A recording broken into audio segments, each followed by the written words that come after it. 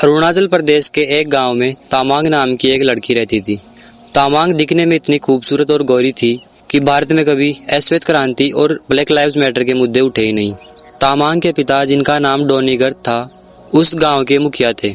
तामांग अपने पापा की परी नहीं, बल्कि उनके लिए सिर्फ एक लॉटरी का टिकट थी। डोनीगर्त का प्लान एकदम सिंपल था। तामांग की शादी किसी अमीर खानदान में करवाकर मोटा रिवर्स दहेज वसूल कर सके, और अगर शादी के बाद डिवोर्स भी होता है तो एलिमनी का ऑप्शन भी तो खुला रहेगा। गांव में हर साल तीरंदाजी की प्रतियोगिता होती थी। इस साल भी प्रतियोगिता रखी गई।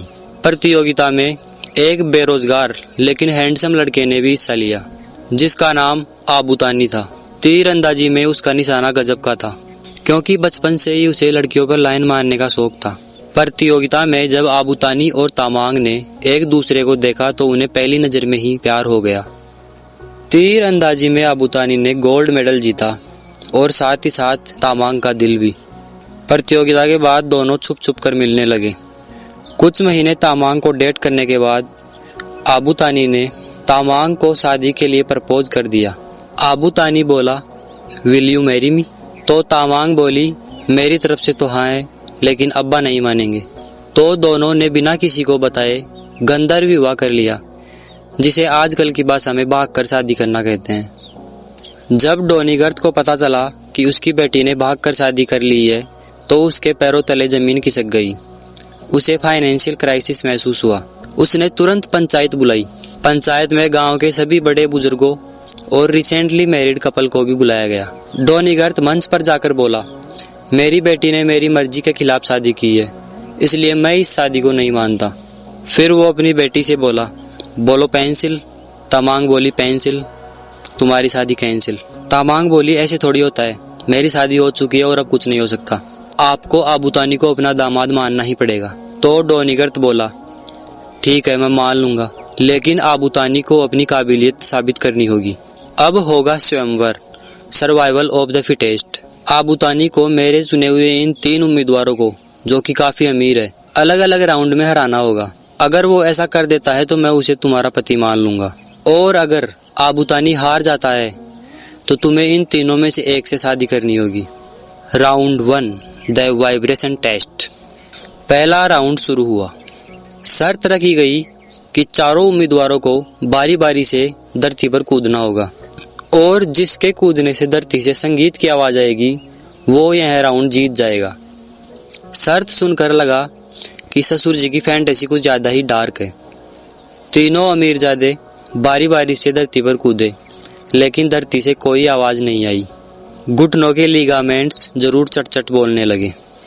तामांग ने पहले ही जहां आबूतानी कूदने वाला था वहां पर पीतल की प्लेटें छिपा दी थी और उनके ऊपर मिट्टी बिछा दी थी। तामांग अपने बाप से भी ज्यादा चालाक और बेईमान निकली। आबूतानी कूदा और धरती से टन टन की आवाज आने लगी। दर्शक भी जोर से चिल्लाए, वाह, लड़के में करंट है। ये राउंड आबूतानी जीत गया। Round 2, the erectile dysfunction round. दूसरा राउंड शुरू हुआ। दूसरे राउंड में शर्त रखी गई कि एक मेटल की सतह पर तीर मारो, और वह तीर निशाने पर लगना भी चाहिए, और निशाने पर लगने के बाद तीर नीचे गिरना भी नहीं चाहिए, बल्कि तनकर वहीं खड़ा रहना चाहिए। यहाँ बात ईगो पर आ गई।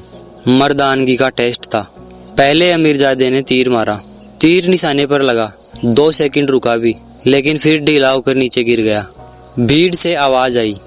बेचारे का खड़ा नहीं रह पाया तीर। पूरा गांव जोर से हंस पड़ा। दूसरे और तीसरे अमीरजादे के साथ भी ऐसा ही हुआ। उन दोनों का स्टेमिना भी जवाब दे गया। तामांग ने फिर से चीटिंग की। तीर की नोक पर मधुमक्खी का मोम लगा दिया। आबूतानी ने तीर मारा। तीर एकदम निशाने पर लगा और एकदम तनकर खड़ा भी रहा। भीड़ ने स्टैंडिंग ओवेशन दिया और बोले, यही है असली मर्द। आबूतानी ये राउंड भी जीत गया। Round 3, touch therapy. ये आखिरी राउंड था। इस बार डोनीगर्त ने अपना आखिरी पत्ता खोला। उसने 4 दूल्हे खड़े कर दिए। चारों के चारों आबूतानी जैसे दिख रहे थे। अंतर बताना एकदम मुश्किल था, लेकिन इनमें से असली आबूतानी तो सिर्फ एक ही था। तामांग को उसी को पहचानना था और उसके गले में माला डालकर उसे अपना पति चुनना था।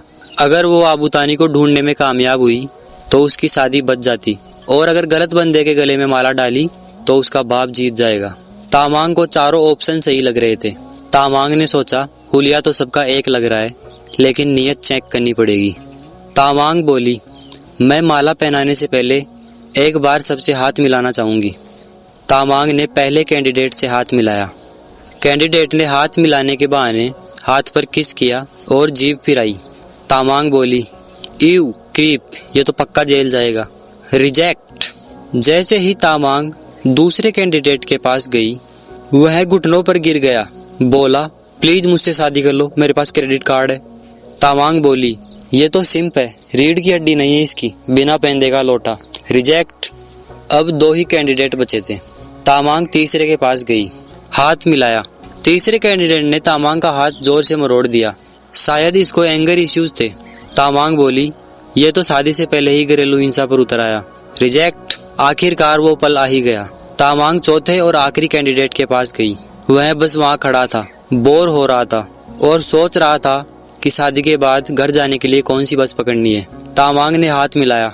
टच एकदम नॉर्मल था, न हवस, न भीख और न ही गुस्सा, बस एक थका हुआ मिडिल क्लास स्पर्श। तामांग समझ गई, यही है मेरे वाला। लाइफ झंड होगी, लेकिन कम से कम साइको तो नहीं है। तामांग ने असली आबूतानी को माला पहनाई। सब कुछ थे, पूरे गांव वाले, तामांग और आबूतानी, लेकिन डोनीगर्त रो रहा था। लॉटरी का टिकट जो हाथ से निकल गया था। आबूतानी अपनी चालाक पत्नी के कारण तीनों राउंड जीत गया और एक बार फिर से साबित हो गया था कि हर कामयाब आदमी के पीछे एक औरत का हाथ होता है।